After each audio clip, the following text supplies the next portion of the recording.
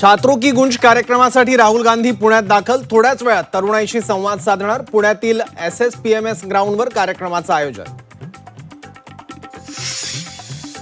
राहुल गांधींच्या कार्यक्रमाआधी प्रतिबंधात्मक आदेश. विद्यापीठ वसतिगृह परिसरात राजकीय नेत्यांना मज्जाव. पुढील 4 दिवस प्रतिबंधात्मक आदेश लागू राहणार.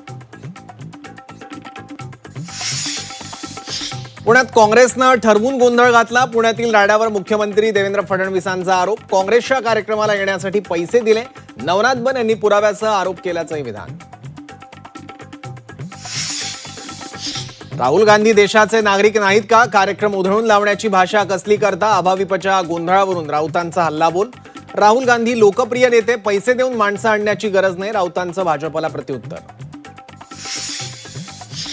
राज्यातील अंगणवाडीत मुलांना निकृष्ट शालेय पोषण आहाराचा पुरवठा. झी24 तासच्या हाती पोषण आहाराच्या नमुन्याचा अहवाल. पोषण मुलांचं की ठेकेदारांचं? सवाल उपस्थित. मुख्यमंत्र्यांकडून झी24 तासच्या बातमीची दखल. पोषण आहार टेंडर प्रकरणाची सखोल चौकशी करणार. दोषींवर कठोर कारवाई करण्याचीही ग्वाही.